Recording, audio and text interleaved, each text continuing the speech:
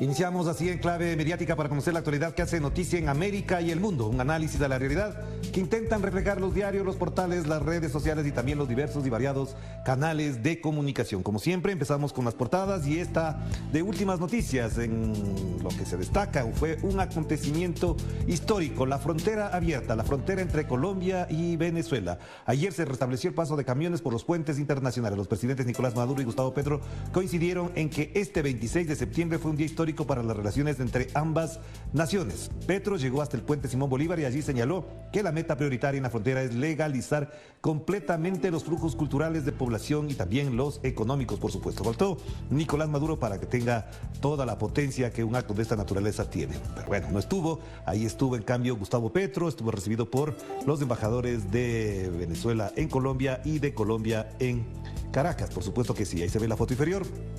También al canciller colombiano. Por supuesto que sí es un acontecimiento histórico después de tantos años de presión, de sabotaje, de hostigamiento por parte del uribismo encabezado por el señor Iván Duque. Avanzamos. La jornada de México en este día también destaca lo que también se titula ahí. Día de luto nacional. Por injusticias, Andrés Manuel López Obrador ofrece disculpas a los padres de los 43 normalistas desaparecidos por las fuerzas oficiales de aquel entonces. Efectivamente, Ayotzinapa no solo es un proceso jurídico, es un asunto de Estado, dijo el primer mandatario mexicano. Hay muchos intereses en juego y diferencias de criterio.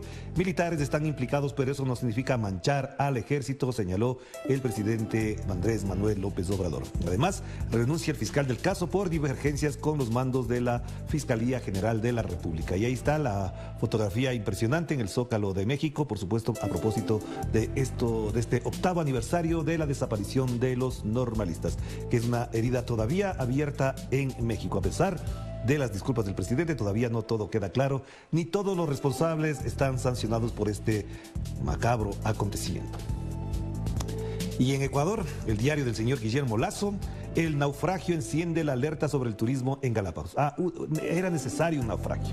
Para ellos y para muchas personas, incluido el gobierno del señor Guillermo Lasso, debió ocurrir un naufragio, la muerte de 4 personas, la supuesta desaparición de 2 o 3 o 4 tripulantes. Algunos dicen que esos tripulantes no se desaparecieron, sino que se escondieron, sabían a dónde llegar para evitar las sanciones de lo que significa esto. Uno de los sobrevivientes de este acontecimiento, el hundimiento de una lancha por falta de condiciones técnicas para su movilización entre la isla Santa Isabela y Santa Cruz, evidentemente provocó este hundimiento en la noche.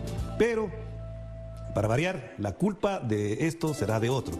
Anoche hubo incluso manifestaciones, protestas frente a la guardianía del puerto en San Cristóbal. Los pobladores de las Islas Galápagos hicieron manifestaciones, pero el gobierno al respecto no dice nada. Claro, tenemos nuevo ministro del Interior, ahí lo pueden observar de arriba el señor Juan Zapata, teniente coronel de la policía retirado, que no goza precisamente del gran prestigio dentro de la propia institución, a pesar de que el señor Guillermo Lasso hable maravillas del que votó, como el que puso, pero las críticas son amplias. Está el señor Juan Zapata, nuevo ministro del Interior, que además está en el acto en el que el señor Guillermo Lasso sorpréndase América Latina.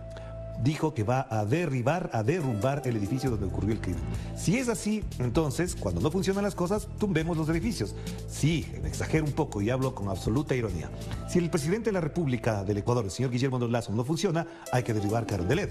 Si en las cárceles ocurren crímenes, derrumbemos todas las cárceles. Entonces, esa es la política, la genialidad política del señor Guillermo Lasso. Derrumba el edificio y dice que va a construir uno con sentido de género. ¿Cuál es el sentido de género? Pintarlo de violeta.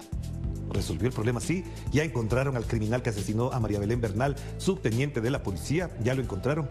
Aquí está, en esta fotografía está el señor Germán Cáceres. Los pasos de Germán Cáceres por la policía.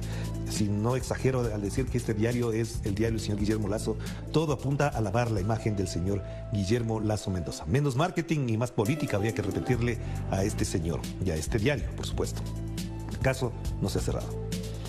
Diario Granma de Cuba ganó el sí, se ha hecho justicia. El presidente de la Asamblea Nacional del Poder Popular y el presidente de la República firmaron y refrendaron respectivamente el Código de las Familias, convertido ya en ley por la voluntad del pueblo. Aquí en este costado derecho podemos observar las cifras que dan cuenta de lo que significó este referéndum en Cuba. Participaron 8.447.000 electores, son el total de electores, pero en realidad ejercieron el voto 6.251.000, es decir, un 74,01% de participación.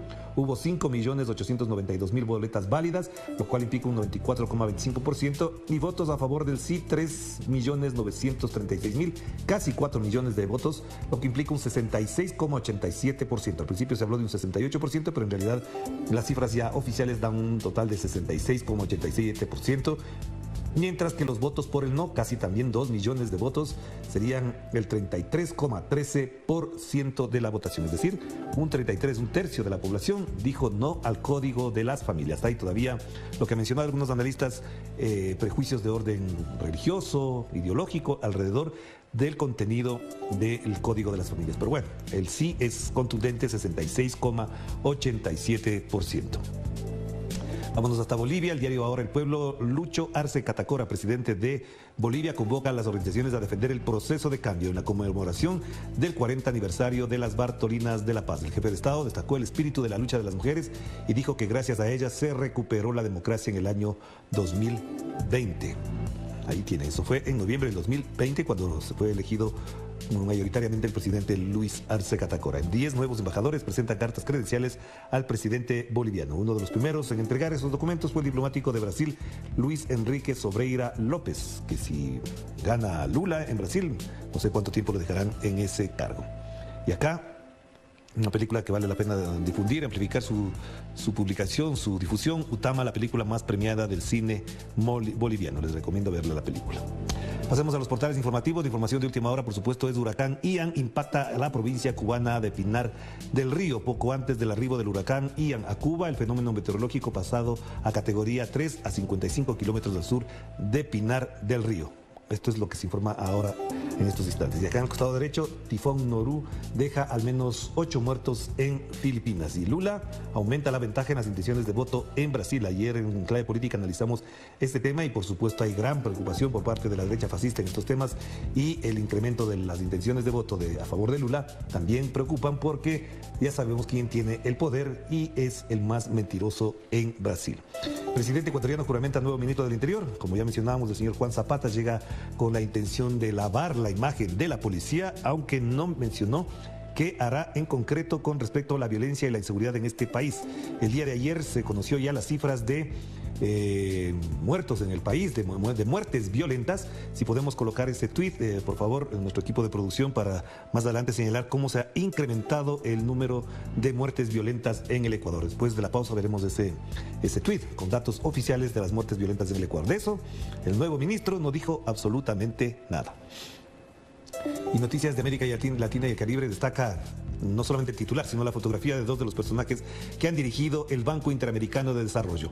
Los gobernadores del Banco Interamericano de Desarrollo destituyen a su presidente Mauricio Claver Carone, que lo ven en la mitad de la fotografía, y a un costado, nada más y nada menos que Richard Martínez, mano derecha, ideólogo del señor Guillermo Lasso Mendoza, que fue el ministro de Finanzas de los acuerdos con el Fondo Monetario Internacional en el gobierno de Lenín Moreno. Y no me confundo, mano derecha de Guillermo Lasso, que fue el ministro de Finanzas del señor Lenín Moreno Garcés, colocado ahí a pesar de la prohibición constitucional de ejercer cargo público en entidades vinculadas con el sector financiero. ¿Qué hicieron las autoridades del señor Guillermo Lasso para tenerlo ahí con un jugoso sueldo?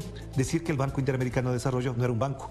Se inventaron, dijeron que no, que entonces por lo tanto sí podían nombrarlo vicepresidente del Banco Interamericano de Desarrollo. Pero bueno, lo más importante es la destitución del presidente Mauricio Claver Carone por actos de corrupción. A su novia, amante, como lo quieran llamar, le incrementó el sueldo, le pagó servicios viáticos extraordinarios para viajes extraordinarios. Gran sueldo el que tenía la novia, amante o como lo quieran llamar, del señor Mauricio Claver Carone. Lo destituyeron y ahora el señor Richard Martínez tendría que irse si tiene vergüenza o tiene sangre en la cara. Costado derecho, también información de última hora. Violencia política en Brasil. Un hombre asesinó a puñaladas a un militante de Lula. Petro, tras reabrir la frontera entre Colombia y Venezuela, dijo: el cierre es un suicidio que no debe repetirse. Ojo con esa declaración. Y también defienden al jefe de custodias de la calle Pou, el presidente de Uruguay, por falsificación de documentos. Avancemos. RT, Kremlin dice, es decir, el gobierno ruso, la situación de los gasoductos Nord Stream afecta la seguridad energética del todo el continente europeo. Más información de interés Aquí, por ejemplo, 2. Hungría lanzará una consulta nacional para conocer la opinión del pueblo sobre las sanciones contra Rusia. ¿Qué pasaría si en toda Europa cada uno de los países asume esto como un desafío político? Lanzar una consulta para conocer la opinión del pueblo sobre las sanciones contra Rusia. Y en el costado derecho, Shakira, la cantante colombiana, irá a juicio en España por 6 delitos de fraude fiscal. No las tiene a su haber nada este momento Shakira en España. Y ahí hagamos la pausa. Ya volvemos.